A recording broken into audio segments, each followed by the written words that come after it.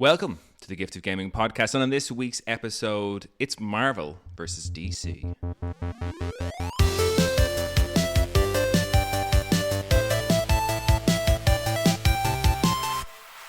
All right, it's me, your host, Darren Wade, and today I'm joined by the host with the most of the Switch Golf D3 Invitational himself, KP. KP, welcome aboard. Thank you very much. Thanks for having me. No problem. You are in the process of getting yourself ready to move your whole life? Yeah. Off to London now in T-minus 2 weeks. Getting very, very close. Just packing up the house. Packing all my life away into 5 cardboard boxes, it turns out. Good luck. Yeah. Well, I had a bit of a dilemma actually recently to tie in some gaming. How to travel my consoles? Do I put them in the cardboard boxes and hope that they arrive in good nick, or do I sacrifice suitcase space for like the PS5, the Switch, the Portal? I always laughed that Kev, when he went to New Zealand, I posted stuff ahead. I took a chance with my PlayStation 4 at the time. I remember when I got to New Zealand, I had the PlayStation 4 packed away ready to be posted and just asked my mum or dad just to send it over. It arrived just fine, sent it back the same way, got home just fine before I came back, but a risk. But I love that Kevin, on the other side of the world would have to come home and he only have one suitcase, whatever else. PS5 was going in there no matter what. I think I'm going to do the same. Yeah, because I was lucky that nothing got wrecked in the post, but it could have easily just gotten absolutely destroyed. Yeah, you see, these not suitcases, the cardboard boxes are being turfed into the back of a big cargo truck as well. So I'm just rattling and everything. Yeah, people don't really care what's in them. They're just doing their job. Getting tossed. You could say the same for the suitcase handlers in the airport, but hopefully. Oh no, I'm taking the ferry. You'll be fine. I'm handling my own suitcase. You just tossing it around. So you got what? You got a PlayStation and a Switch to bring? Is that your consoles collection? I'll probably box away the PS Portal as well because I won't be able to play it while I'm traveling. You'll have nothing to connect it to. No. Such is the way. But I did get to use it actually recently. I went over to visit the apartment in London, get the keys, just kind of get a few bits and pieces sorted, and I left this is the first time I used the Portal away from my own home. Yeah. Do you know what I mean? Worked well? Worked really well. Nice. It worked really, really well. I found a good Reddit thread where people were just like, this is the best way to optimize your experience, Ethernet cable, a whole lot, and different settings. But obviously you're very reliant on the quality of the Wi-Fi in the location that you're in. And it turns out the apartment we're in has banging Wi-Fi. Oh, you love to hear it. Yeah, so I was playing, what was I playing on it? I was playing like Dragon Age Veilguard, which is like quite a big game to be playing on that. It worked really, really well. And then I gave Marvel Rivals Topical a crack. Not as as a live game. It's not it wasn't amazing. And it's super competitive as well. Super competitive, but I didn't play ranked, so I was just fucking spraying bullets around, having a good time. Yeah. It was fun, but it was the tiniest of delays, but I was still able to get kills and actually do the things I was trying to do. It took me a while to get it kind of fixed, but I think I have an Ethernet cable into the PlayStation 5 here, so it's wired. And I think the what they say is you're better off connecting to a 2.4 on the Portal than a 5. Although the 5 is stronger, the 2.4 is more stable, they say. But I brought it to a couple of places and I've had a blast. But it was such a surprisingly good piece of kit. Yeah. Like when they say, it can only remote play your PlayStation 5 games, and remote play already existed on tablets, your laptop, whatever, but it is the definitive way to remote play your PlayStation 5. And since they brought out the update that you can just, even if your PlayStation 5 was off, you can go cloud gaming on your own profile, the streaming side, which is and brilliant. people have said it's great. So I'm like, that was I took a bit of a punt on that one when it came out, being like, this could be another Stadia situation. I could embarrass myself here. I've loved it, man. Even for I know it's great to have on trips away, but I've really enjoyed here in the apartment. Just take it to bed or whatever. Take it to bed. Yeah. So, doing the exact same thing. Now, the only thing is though, when I was doing that, I think the quality of Wi-Fi in my home is not good. It doesn't support it whatsoever. So you had a better I had a better experience being abroad in London. Yeah. The graphics, everything was clearer. It was crisper. What was I trying to play when I was at home? To be honest, I can't even remember. But it was dreadful. It was really, really dreadful. But then I started playing The Last of Us on the cloud aspect, and that was far better. Yeah, because I think the cloud games are, because you're basing that off their servers and providing you just have a decent connection where you are. I think it's always a good show, which is nice. And I was going to say, I haven't actually had you on the podcast since they announced it. Are you interested in a Switch 2? Yes. I am. Yeah. At first I was a little bit, not like hesitant per se, but I just thought the price point of the games was a little bit like that's still steamy. out there. That people are still, that's still rumbling, you know. But I know I want to play Mario Kart, and I know I want to play Donkey Kong, and I know Tara wants to play them as well. Yeah. So I think between us, you're gonna have a nice time. Yeah, and I think it is funny because the whole thread on the pricing now is how the rest of like, you know, Xbox and PlayStation users, how we're all fucked, because if Nintendo's going to charge 80, is it 80 quid for the digital and 90 quid for the physical? Yeah. If they're doing that for Mario Kart, you can be guaranteed we're paying over 100 quid for the base version of Grand Theft Auto 6. 100, and again, any kind of AAA release after that is gonna. We're fucked. That's it. Like, yeah, and you know, it's interesting because I looked at there was I think it was an article, or it was just like talking about inflation, or, you know, what €50 was worth 10 years ago, what it's worth now, type thing. And it's the kind of thing where we're still paying in or around the same thing with the.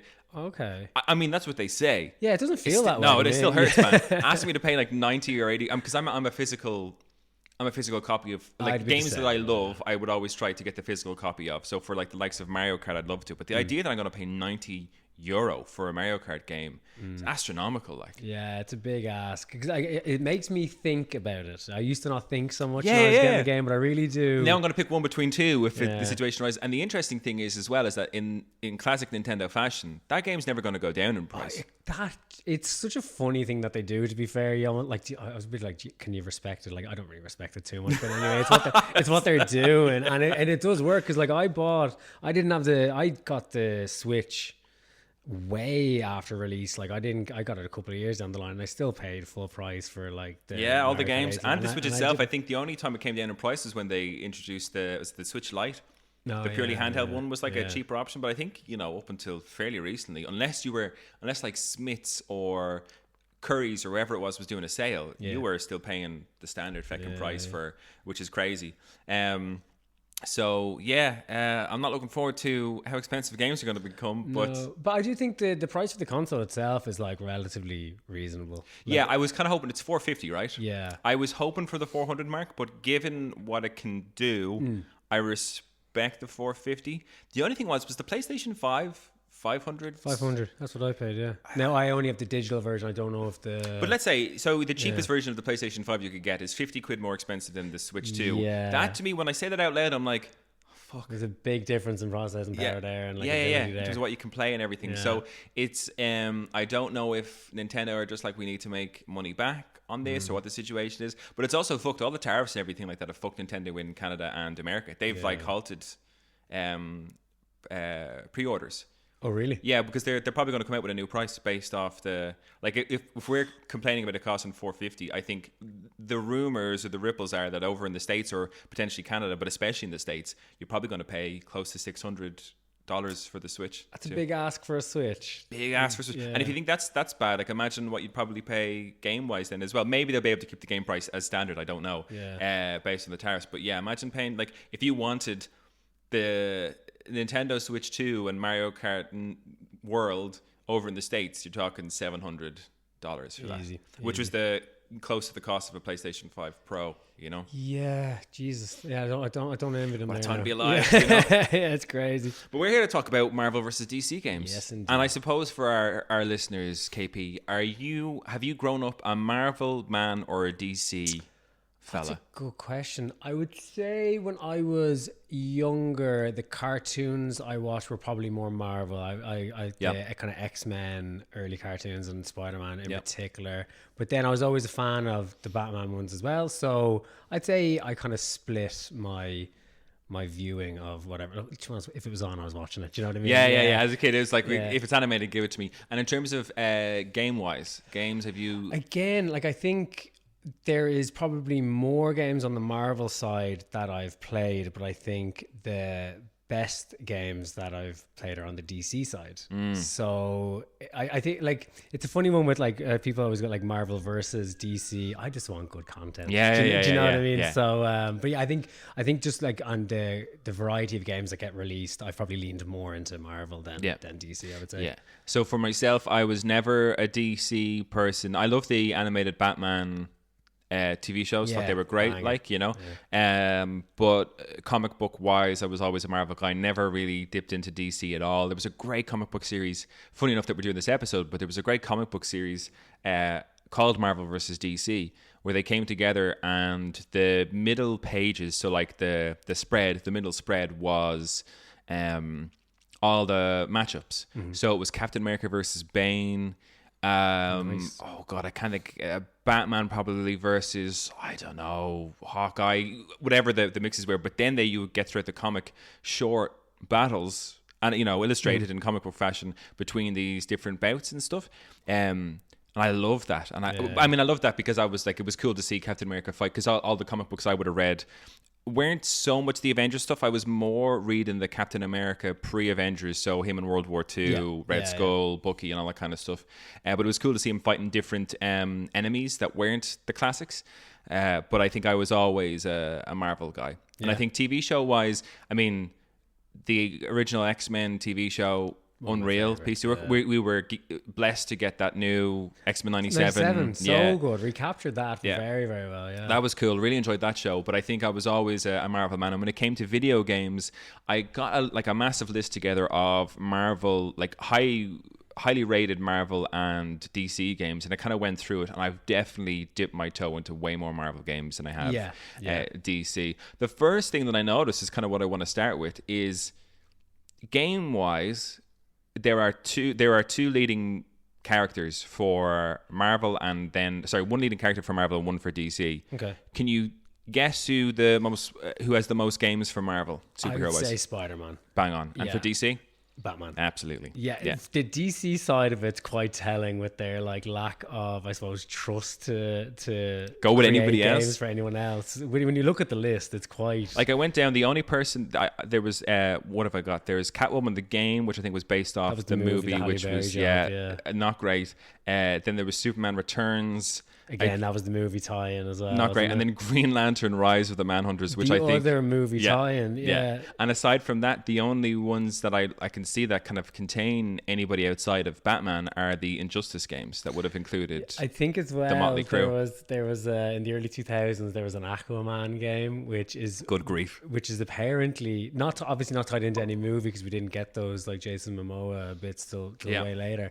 And it, by all accounts, is not only the worst kind of like superhero game that's been made, but it's in the contention for worst game ever. It's just diabolical. I watched some gameplay on YouTube. It's so bad. Yeah. It's gas, because I think I've always kind of felt this, I think when we look at, let's say, Marvel versus DC, the Avengers team to me is far more interesting than the Justice League.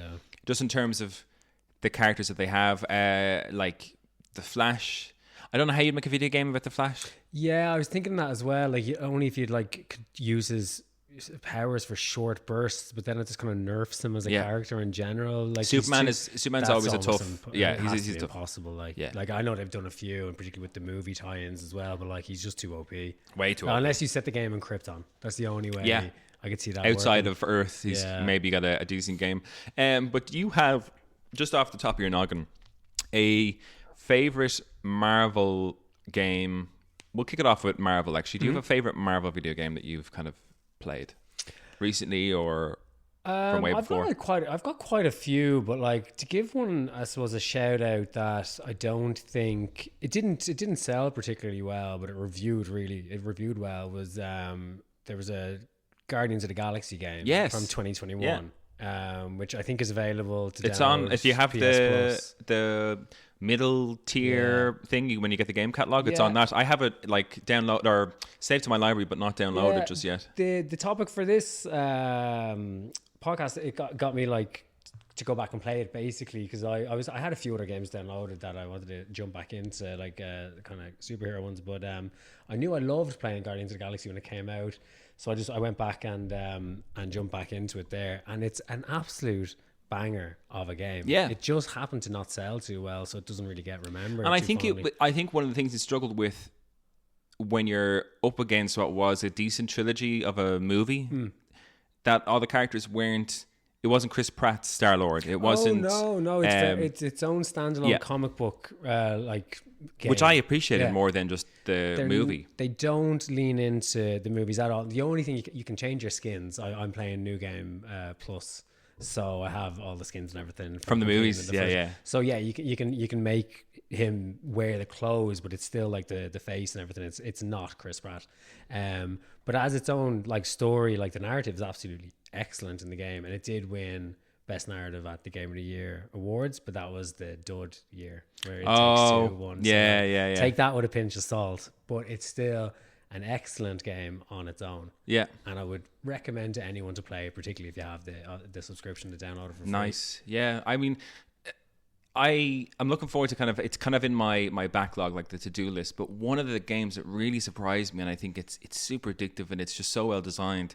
Did you ever play Marvel Snap, the mobile game? No, I saw every ad for it though. Like that game was so heavily advertised on YouTube in particular, but I just never got into it. It was, and I still is. I often debate whether or not I should re-download it and play it, but it was one of those things that sucked a lot of time.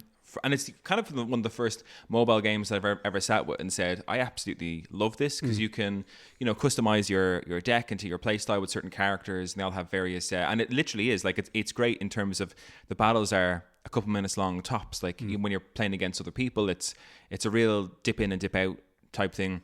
But I love the artwork. I love that you could upgrade the cards, and by upgrading the cards, you got different artwork on the card. Like as a Marvel fan, looking at all the old school outfits for some of the, just really, really good, and took me wildly by surprise with how good and how addictive it was. But I'm surprised that I'm on the podcast saying that one of my favorite Marvel games was a mobile game, because I am not a mobile game user at all. I have zero time for them whatsoever. But Marvel Snap was whatever loop they developed for that does just nice things for my brain, like in terms of I could just go and go and go, like, Do you play against other people, or is it just yeah it's all competitive, so it's all just throwing you in against anybody else, and it's so satisfying because you affect the other players. Like the whole point of the game is that you're affecting the other players' cards all the time, to make the value of your cards increase versus theirs. And once you've filled up all the spots, then it's a count of who has the most points at the end. But it got really intricate, like with some cards, and I remember playing against some people who had a collection of cards put together that I was like, that's actually what they've managed to do. Like the thought process that's gone into their strategy, I was like, that's pretty cool, And I never got so in depth as to come up with, I just always wanted to pick Captain America. Like regardless of what the thing was, I had to have him I upgraded him as far as I could, and I had to have him on my team.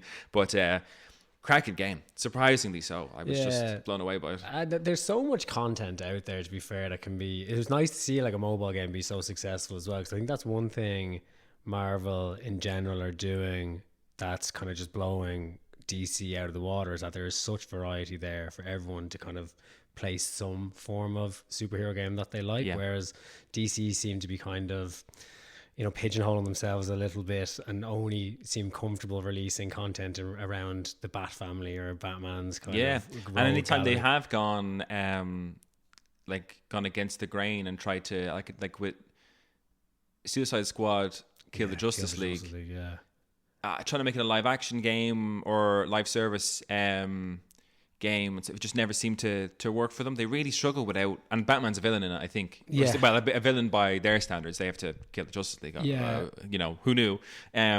But I remember seeing there was nothing about that game that sold it for me. I remember being quite excited, like maybe this is the DC game I'll get into, like live service. Maybe they're doing it well.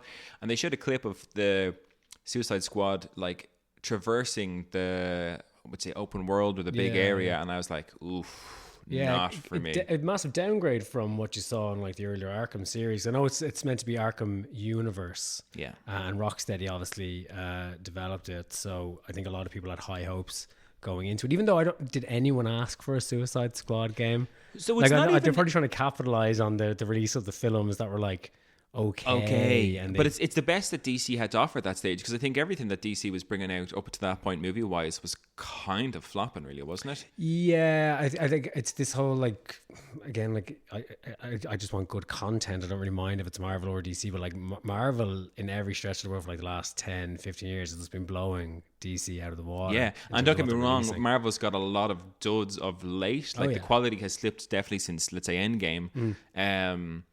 But yeah, for DC, coming out with the Suicide Squad and then making the games, I was like, well, this could work potentially, but it really, like when you think of it being Rocksteady or in the Arkham series, but you think about the original, like the true trilogy of the Arkham games, there's just nothing, like I don't know if DC has come up with anything better than, I mean, I've got a couple of, what have I got listed down here of the games that I remember playing and really enjoyed. I mean, it's very different, but I remember I was into Injustice, Gods Among Us and Injustice 2, and that's so few DC games I've played. See, that's actually, but see, this is the problem with it, because like if you look at the last, let's say like the last like 10, 15 years since we've kind of like, the Arkham series set the bar, in my opinion. Like Arkham Asylum's probably the first true AAA superhero game that, like, you know, single story, action adventure, open world style, and that really did set the bar, and the rest of the series kind of followed that.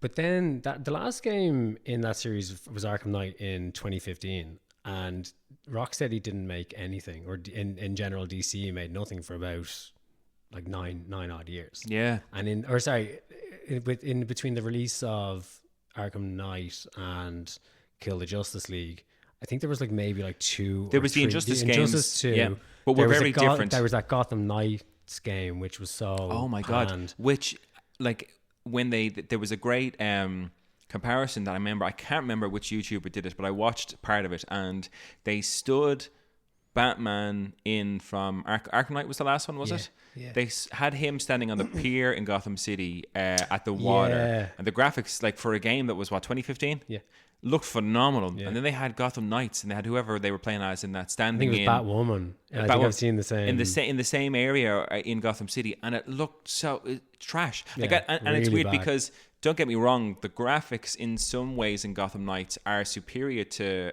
Arkham Knights, but it's the style Arkham Knight has chosen to go with. It all works really, really well. Whereas I saw that thing being like, how have we come so far from what worked? Yeah, because it's so strange, because like they clearly set like DC, Warner Brothers, and obviously using Rocksteady to like set the standard with Arkham, the Arkham series, and then they had the blueprint there. They knew what people liked because these games were so successful, and then they just spun away from it and stopped producing games of that quality. And then Insomniac comes roaring in, makes the Marvel Spider-Man games, and like literally, like you can see how much the Spider-Man game was influenced by the Arkham series. Yeah, and it's the so combat, clearly, and Marvel have just like taken their blueprint, basically enhanced it, and are now just churning out quality games at a rate like if you look at what's coming out as well, like you have an Iron Man game that's due to drop, you have a Black Panther game that's due to drop. There's a Captain America Black Panther. That's just there's a standalone. Oh, sorry, there's Black a Panther standalone as well. I keep forgetting that. And then there's the Captain America and Black Panther one. Yeah. There's so many in the pipeline as well, where and they're all obviously going to be these expansive like AAA games, going to be unreal. DC have cancelled the only one they had in the pipeline, being Wonder Woman. Yeah. So like this like kind of war that they're in is so one-sided. I think it comes and I don't want to be too unfair to DC, because I think a lot of it comes down to the company that you're kind of forced to work with when it comes to a video game scenario. So this is, you know, all DC is owned by Warner Brothers, right? Yeah. Whereas Marvel is owned by Marvel. In terms of, and I think they're under like the subsidiary of like Disney or something as well. Of course Marvel is owned by Disney, but the games, like the companies that they're working with for their games, like Avengers, that live service game that was kind of a flop, went to Square Enix, which would be a big company. And it's weird. The one thing I will say about that is Square Enix are great for their narrative-based single-player games. They had no right to be making a live service Avengers game. I think they actually did the Guardians Galaxy game that was mentioned as well. I think they did that as well. Because I'm glad they were able to. Because that one is more though single-player narrative-based, isn't it? There's not a multiplayer aspect to it. I think like the standard's been set that like the live service thing isn't working for video games, except for Marvel Rivals, which is obviously a kind of different thing. But it has to be a certain type of game for it to be able to work as live service. And I think we've definitely discovered that the superhero team up isn't the in terms of like asking for like I think as well where we're kind of touching on it there slightly, like Marvel seem to have a level of comfort trusting different developers and studios with their IP, whereas Warner Brothers they're sticking to keep WB going games back to Rocksteady, which they've put them under. Like Rocksteady is no longer the same company. No. Like the founding members are all gone. So like it's all new. It's not the people same in crew. there. It's just not the same. And they left on the tail end of Kill the Justice League, and then Warner Brothers Montreal is the other studio that they seem to like using, but they've made Arkham Origins, which people in general would say is the worst of the Arkhams. Worst. It's you know what? It's actually not too bad, but it's definitely the worst of the Arkhams. But then they also made Gotham Knights, so like they've made 2 games that are relatively considered duds. Do you know what I mean? Or they are duds. Yeah. But then, like, obviously Marvel are trusting so many different people with their IP, and it's just like it's obviously working for them. And like Rivals in terms of from an art style, Marvel Rivals in terms of an art style and the type of game that it is and how well made it is. Like as a man who's like very much competitively playing that, super satisfying game to play. Really fun. Yeah. And it's interesting that could have, I would say, just as easily, maybe not, because maybe DC isn't in the peripheries as many people as Marvel would be based on the cinematic universe that Marvel's created. But like Rivals could have been done, you could have a DC Rivals just as easily. Do you know what I mean? And they're not. I don't think they're not explorative enough, but they're definitely like, we want, it just seems to be all, and of course their business, so they have to do it, but it seems to be all guided by what's the maximum amount of profit we can make from this thing, and it all comes back to live service. That seems to be the recipe. If you have a successful live service game, it's a money racket. Do you know what I mean? But I was listening to an interview with the CEO of Warner Brothers, like David. He sounds like a Bond villain. It's like David Zaslav, you know, like Ernst Blofeld. But like he seems to be kind of like steering it in that direction, and like he's like been known to cite like the success of like GTA Online or the success of like the Call of Duties and all this other stuff, and it's like, but like they're like exceptions to the rule. Like this does not always happen. They've existed in our world for quite a long time before they became the monsters that they are. So like Call of Duty had this like well and truly tested recipe that people loved, that they then just pushed into a live service battle royale scenario. Same with GTA, like that, you just made that thing that everyone loves so much into a multiplayer game essentially. But like DC hasn't got, there's no game that they've been working with for so long, and I say the same about Marvel, because I just don't think live service in that regards is working for them. There's no recipe to go with that you could say that would work as a. The only one they could have done, it kind of annoys me that Warner Brothers didn't think of doing this, because the game's released super close to each other. It's like, again, it absolutely just breaks my heart that they basically torpedoed Rocksteady, and we're probably not going to get a continuation in the Arkham series. But like the Hogwarts Legacy released super close to Kill the Justice League. Like, why didn't you do the live service model there? Because you have a far wider range of audience. Like a lot of people who'd be like maybe more casual, like I know people who bought that game on the Switch because they wanted to play it so badly. Oh, that would have been rough. But that's how big of fans of the Harry Potter, like they probably only had a Switch to play, like, you know, the Overcooked. But I can play a Hogwarts, and like you and me played that, and I know Craig brought us back down to earth when we reviewed the game, and you can check that episode out if you want to. But I enjoyed, and still, I know it wasn't as good a game as my brain was telling me during the playing, but I enjoyed it so much. And the idea that I could have just gone, because you kind of customize your wizard as you go, or your witch as you go along, and there's an open world aspect to it. But the idea that you could have made that a live service, you know, I think Legacy would have needed a better backdrop from a story perspective as to what you're all wizarding for. Do you know what I mean? They definitely need to increase the number of like nemesis.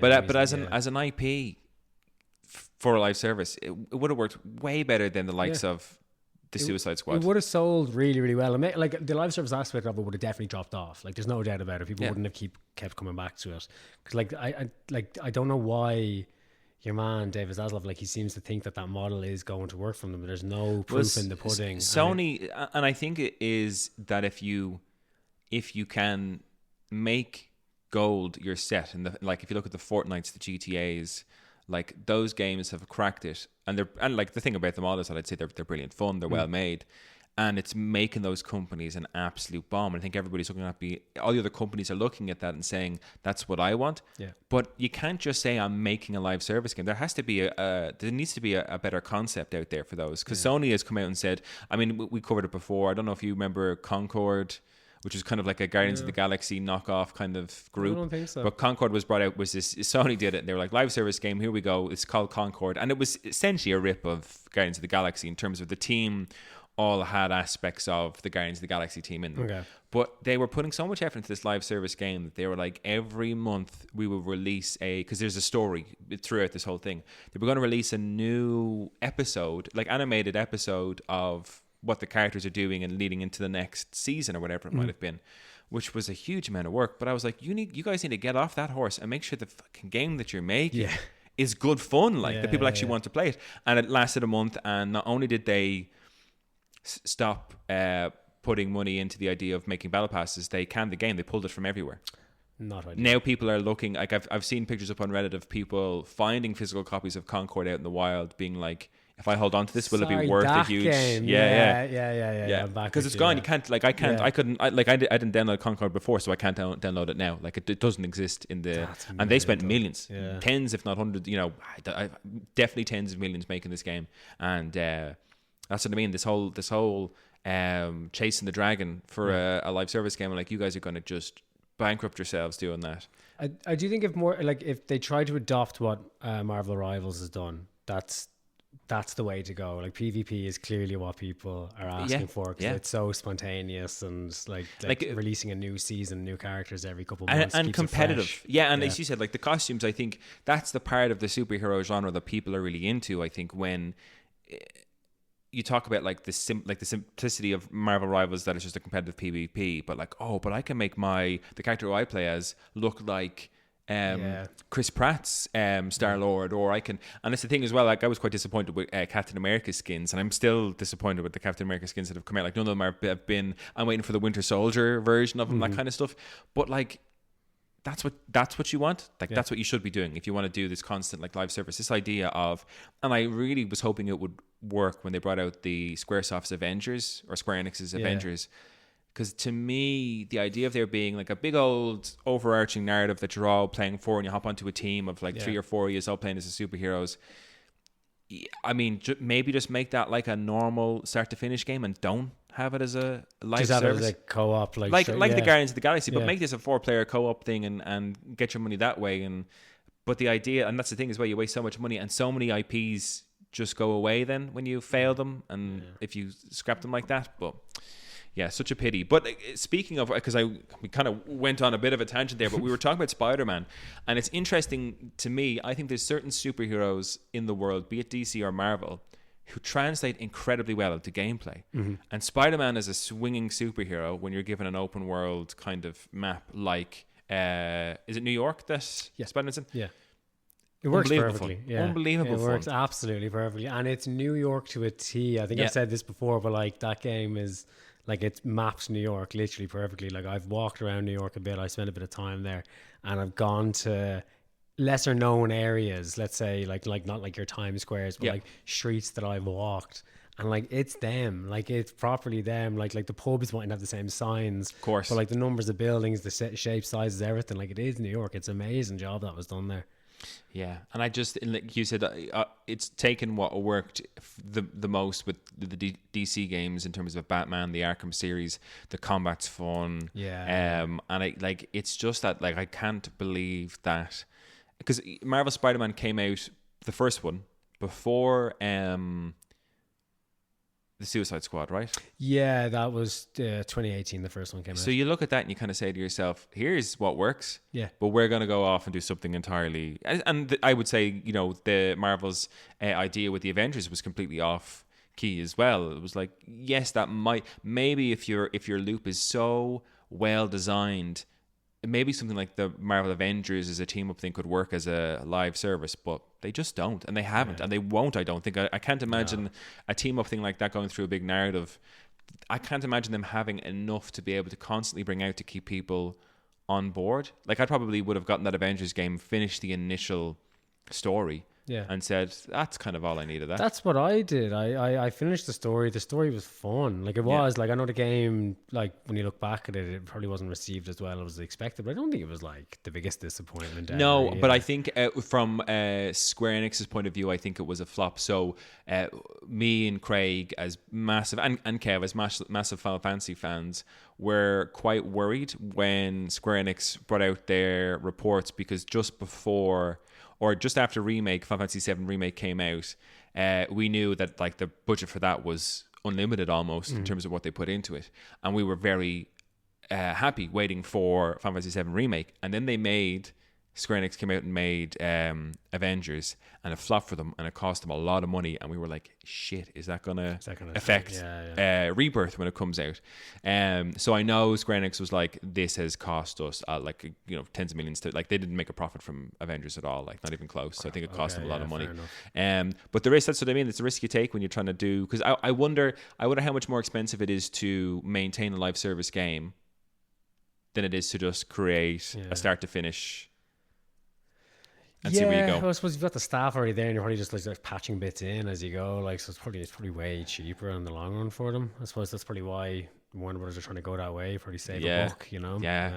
It's a shame, but it's cool to see like what I suppose Marvel is doing as well. Like with the success of Marvel Spider-Man, it seems to be like they're creating their own kind of like extended gaming universe, because it does sound like Spider-Man will tie into the Wolverine universe. I do think. I love that idea. Yeah. And you'll probably see others, like there's that Iron Man game to come out. The Black so Panther, they're kind of making their own Marvel video game universe. It's what it seems like. Yeah, it seems to be leaning that way. And like maybe in the background, DC are doing something similar. It's just like I was trying to see, is there anything in development for them? And it just seems like there isn't. It's really, really quiet, and it's a pity about the Wonder Woman game, because people's impressions were, and we've talked about loads in the podcast, but the Nemesis system was supposedly being brought back for the Wonder Woman game, but that's been cancelled, so now we never know.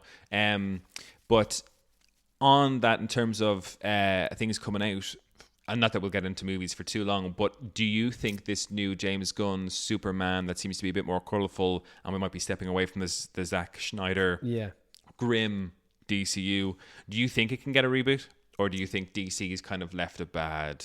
Because I think all the idea of there being video games based off these superheroes seems to be playing off the success that the movies seem to be having. Yeah, I think there's like an opportunity for it. Like I would hope so. You know, like we've got a lot of DC content coming up in terms of the big and smaller screen. Like there's lots of stuff I want to watch. There's that Green Lantern core, like that looks absolutely amazing. I'm hoping there'll be a game. It doesn't have to directly tie into it, but hopefully like that'll rejuvenate people's, want for these characters. Desire to be like, I forgot about that guy. Yeah, I'd love to play so-and-so's game. Exactly. So like hopefully it does. But I was reading as well, like apparently James Gunn's actually involved in the game side of it as well. And interesting. The idea being, and I don't like this as an idea, but apparently the games that we will potentially see in the future will be canon for the movies, the universe that he's creating, which I'm not the biggest fan of. Does that hog tie them into having to go a certain direction? Yeah, because and again, going back to the Arkham series, but like there was decisions made with certain characters not to kill off certain characters that you would never, like, spoiler alert, but it's your fault if you haven't played them. But like killing off the Joker, you won't see that in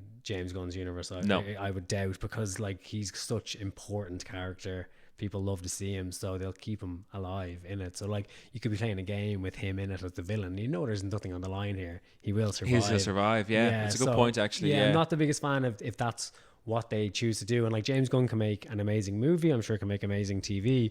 I don't know if that translates to making video games, fantastic video games. Yeah. So if he's going to be overseeing this entire universe, hopefully it works out, because he seems to have been a big reason of why Marvel did so well. Like it's him. Well, the Guardians of the Galaxy, he did the trilogy, and I have to say, although I'm not a big fan of the second one, the third movie was a great film. Full of what I miss from the Marvel movies, of like full of that emotion, that kind of like, let's stop making this a real slapstick and let's actually get a bit serious about some things. So I think and like I said, Superman looks quite fresh as well. So we'll wait and see. But yeah, you're right. They're going to hog tie themselves into a corner if they canonize the video games to the new universe. But hopefully, again, like I really do want it to work out, because it's a win-win for me, basically. Like if I get these great movies and then also great, maybe not necessarily tie in the games, but if more content gets released, more AAA games, just give them to me. Yeah. I'm happy to play. And it's funny the kind of, I would say, at least from my own experience, the switch that's happened with DC and Marvel. Like growing up, there was a Batman Forever game on the Super Nintendo that was unbelievably good. Unbelievably difficult now, I guess, but I was quite young at the time. But it was mo-capped. So the characters were, you know, their movements were quite silly. Like they had like to put their hands up for boxing type thing and getting into fights. But it was an incredible looking game and had a great levels of customization. So one person would play as Batman, player two would play as Robin, and you'd customize your loadout before you went into whatever, like you'd be in the circus, or I think they were kind of loosely based off maybe the films that had been out in around the time. Like how old is, well, maybe they're not. Maybe Batman Forever was before some of the films. George Clooney Batman. Late Was that the 90s circus? Or early 2000s? Early 2000. Well, this is probably older in fairness. We're probably talking late 90s that I would have been playing Batman Forever. But really cool, enjoyable, and for such an old game, a really, really good, like it looked incredible for the time.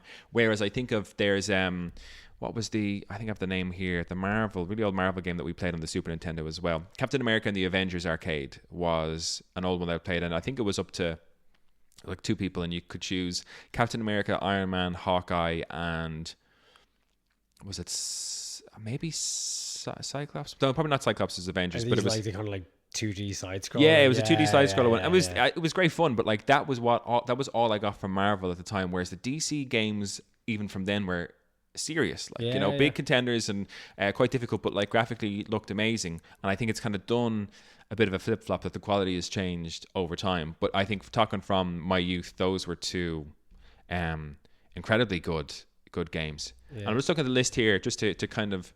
The list is so long. It's actually bonkers. Spider-Man on the PlayStation 1. Did you ever play it? Yeah, I did play it like obviously donkeys years ago, but like it was so limited. Like, you know, like web sling and all that sort of stuff. Yeah, but really limited. But I remember it fondly. I have such fond memories because that's the one. I'm just making sure we played the same one. The last boss is Carnage, and you're running towards the screen to escape him. Are we thinking about the same? I don't know if I'm thinking of that one. I'm trying to think of the one I can remember has a very blocky looking Doc Ock in it. So I might be thinking. Maybe I'm thinking of Spider-Man 2 though. There was a couple in that series. Yeah, and the Spider-Man one it was quite what would you say? It still had the old school whack, smack, wham type thing going on, and you collected comic books throughout the thing, which were legitimate comic books that had appeared in the Spider-Man series, and the battles were quite good. But that one was basic, but it was kind of the precursor to what we got on the PlayStation 2, which was the Spider-Man's the first time we kind of had the open world. And I can even still hear that the Spider-Man on the PlayStation 2, whoever played it a lot, you would hear NPCs calling for help, and there was only so many ways to help, or so many situations that you would help in, but one of them would always be a kid losing his balloon, and I can still hear in my head a kid shouting "my balloon" like just like constantly all the way around New York, like, you know, or that version of New York. That was great as well. I'm looking at Midnight Suns, which was a Marvel game I recently finished. That's the strategy one. Yeah, really enjoyed that. Like, again, didn't take itself too seriously, a bit of a different kind of game.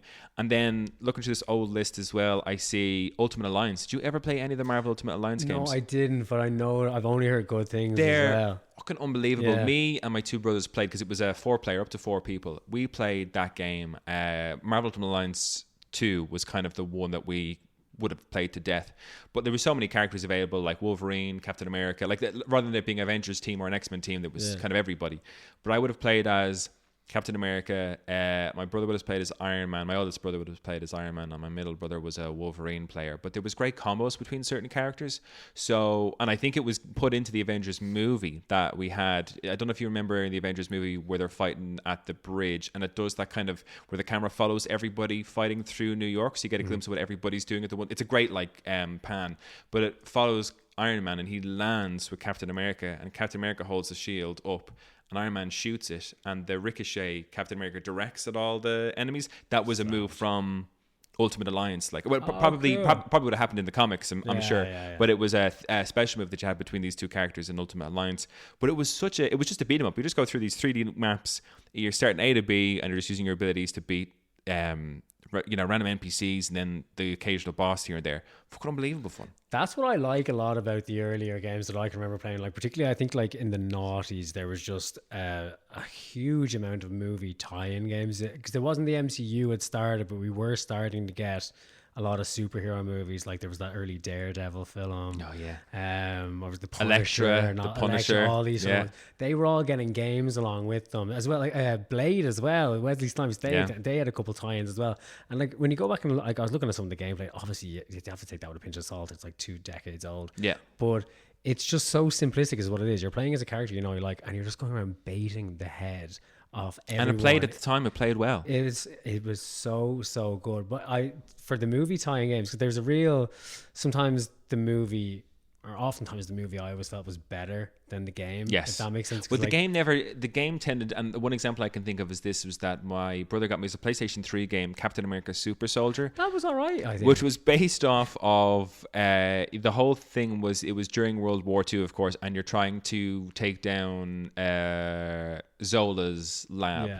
And it's voiced by Chris Evans. So I remember checking it out not long after my brother got it, because he was like, "No, it's hard to get, and it's worth a few bob up on eBay because of like the superhero movies." There was a certain period where the games reflected the films and still had the cast. Like that Green Lantern game, I think, is voiced by Ryan Reynolds. Yeah, that's properly him. And the Catwoman game is voiced by Halle Berry and stuff like that. It's like they had to be done in conjunction. It was like you got the movie and then you got the game. Like in time for Christmas. And they weren't direct copies of the story of the movie, but it was loosely based in what kind of happened. And there'd be some stuff that obviously clearly ties in, but for the most part, it was a new kind of story. Yeah.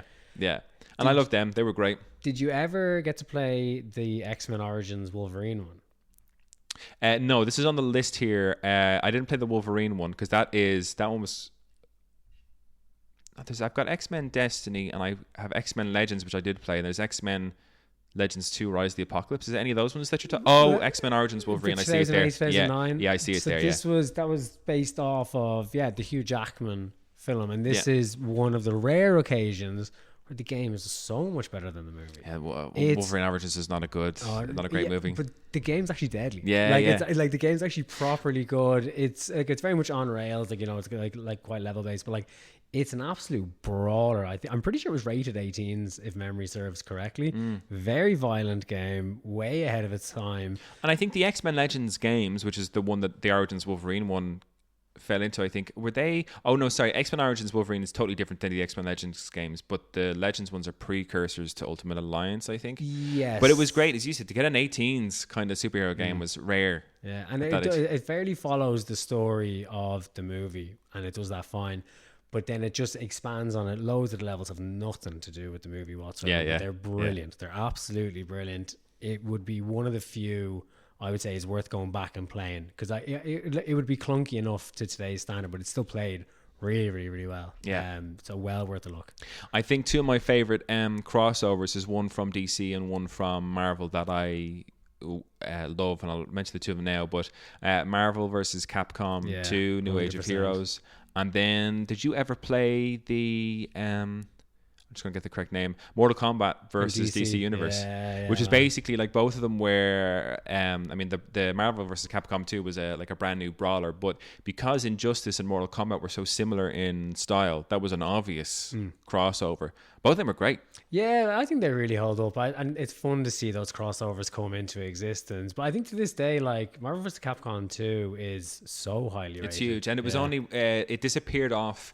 Like, you couldn't get it on any platforms for such a long time, and I think it was announced recently, strangely enough, on a really obscure like Switch Direct, or Nintendo Direct, I should say, because you thought this would have been maybe they make their own announcement about it that it's come back, but it was just kind of a random bit in a Switch advertisement or Switch or Nintendo Direct where they said, hey, Marvel vs. Capcom 2 is coming back, and of course on all platforms, not just, but it disappeared off everything. I think it was a licensing issue.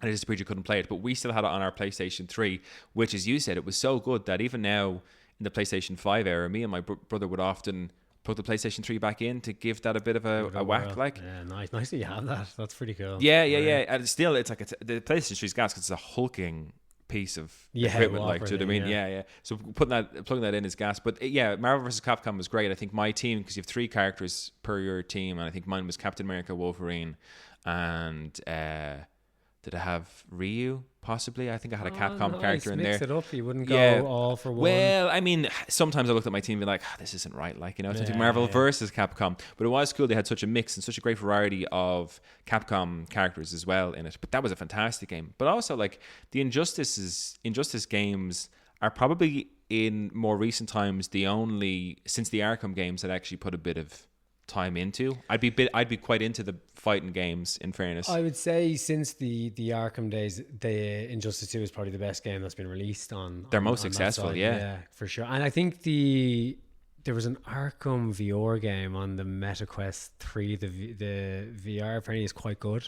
Oh yeah. Sorry. Apparently it's all right. I probably went in a bit too heavy there. Apparently it's decent enough. They did a good job of recreating a VR thing, but it's not the same studio that did. Like, it's not Rocksteady. So yeah. So it's not going to land the same way. I don't know why they had to say it was an Arkham. Like, I think why throw it in? Well, there? I think they did it because they know it's going to sell, and that's the thing as well. It's like, but you're going to ruin your own legacy by doing that kind of thing. I'm just trying to think. Do I have anything else on this list, or are we good to wrap up? A weird one to finish on, but I've always enjoyed the Lego games. Oh, there's so many. Because they're always just good for a cheap laugh almost as well. Did you ever play any of the Marvel or DC Lego games? Not really, to be honest with you. I've only ever played like the Lego Star Wars and I think randomly the Hobbit. I think they're the two Lego games. Star Wars, I played through most of the Star Wars ones because the level of comedy in them was great. Like they're real.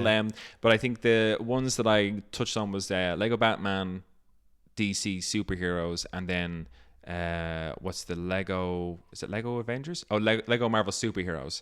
They were really like just classically like good Lego games. Because I mean, they all essentially play the same. It's just the IP that you're getting to enjoy. You know what I mean? That's the thing. I didn't realize how samey a lot of the Lego games were. Oh my god! And then I jumped into the new. I think it was the Hobbit, and I was like, "Wow, this is the exact same game as what I just." Played. Literally the only difference is that like, which sucked me in because I was a big Star Wars fan, so I love the idea that I could go around as with a lightsaber in a Lego game, and it was funny. And then you just maneuver that into the Marvel superheroes Lego game, and I was like, I just get to play as a Lego Captain America who throws a shield. This is a lot of fun. But they were, again, good multiplayer games, good fun, and like, I mean, I can't exactly congratulate DC for coming up with a great that's Lego. Well, exactly. It's Lego. It's across the board. They're doing the same thing all the time. But I think that's it. Unless there's anything you want to. Is there anything else on your list or that you? Do you know, I think I've fairly covered. There's obviously so much more that I haven't even mentioned or probably forgotten about. But like, man, I'm just scrolling through this list again. Like, there's like 200 Marvel games. Like, it's so ridiculous. So like, I kind of went for like the top rated. I rated. played a fair few, and then when I look at it, I was like, I've probably played about 3%. And there's probably so much out there that's such tripe as well. Do you know what I mean? Like these would have been and it's easier to do, would have been easier to do back in the PlayStation 1 and PlayStation 2 era. I'm not just saying specifically for that those consoles, but in that time it was so much easier to whack out a game real quick based on a movie or based on whatever else that were just terrible. For the research I was going to look into like some of the worst rated Marvel DC games, but I was like, no, even on modern day there's enough bad ones. I don't know if I want to I don't know if I want to go down that road. But yeah, back in then that you would have had absolute tripe out there. But that's it. That's it from us, Marvel versus DC. If any of our listeners have any views or better or worse Marvel or DC games that you played, let us know. thegiftofgamingpodcast@gmail.com. Myself and KP are going to go on to our post show where we're going to talk about the future of Marvel and DC movies. You didn't know that until I just said that right there, KP. But that's I do love that topic. Yeah, that's what we're going to talk on. So if you want to check out what we think is going to happen in the future of the cinematic universes, check out The Gift of Gaming. No, patreon.com/The Gift of Gaming podcast, where you will find all of our stuff for the price of a coffee a month. There's tons of content there, so check it out. KP, thanks so much for stopping by. My pleasure. And to our listeners, as always and forever, keep enjoying the gift that is gaming. Peace out.